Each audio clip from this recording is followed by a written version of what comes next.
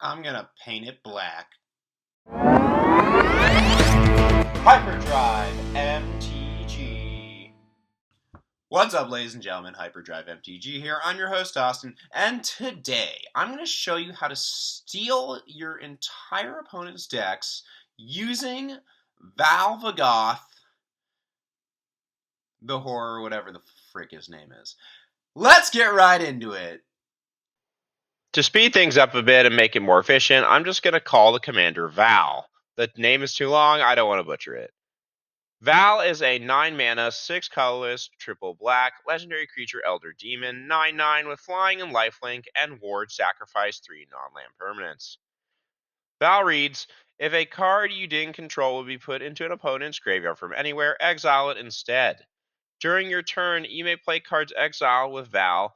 If you cast a spell this way, pay life equal to its mana value rather than pay its mana cost.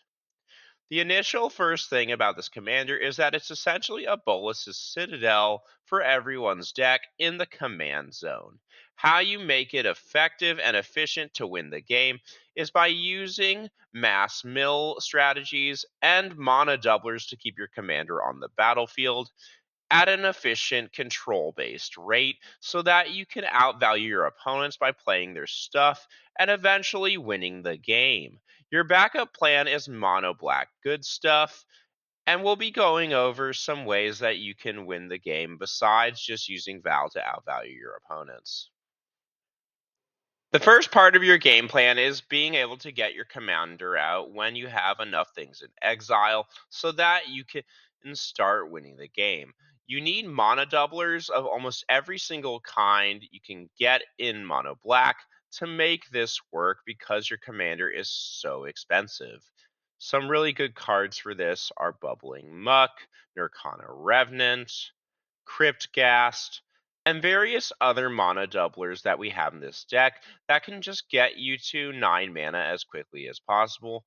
And don't forget as well, you're going to be using things like Cabal Coffers and Urborg Tomb of Yawgmoth with a bunch of swamps out to make a bunch of mana that way as well. That is your ace in the hole if things go to late game.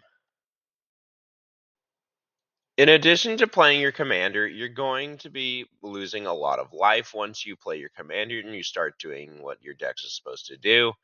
So you are going to need a bunch of ways to gain life in this deck. Some of my favorites that I would really recommend are Insanguinate and Shieldred the Apocalypse. These cards are really good for letting you gain life, besides just attacking with your commander. Remember, it does have lifelink.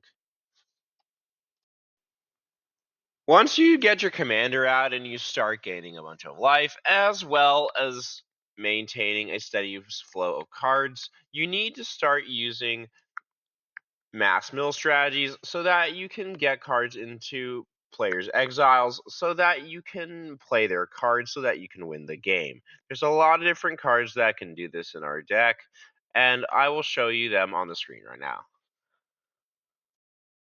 The last thing I want to mention in this deck is that you're going to have a lot of pieces to make your plan work. So having some good tutors is very important. I'm not going to go over all the basic tutors, but however, I want to mention Insatiable Avarice. Insatiable Avarice came from Outlaws of Thunder Bluff Junction. This card is really good. That's about it for this deck tech. For anything else, make sure to check out the deck list in the description. If you have any questions or comments, leave them in the comments below. Ladies and gentlemen, that was the deck. Hope you enjoy stealing your opponent's decks and playing good mono black good stuff and just having a great time in general. As always, I hope you guys enjoy the content. Make sure to like, share, and subscribe. And as always, stay hyper.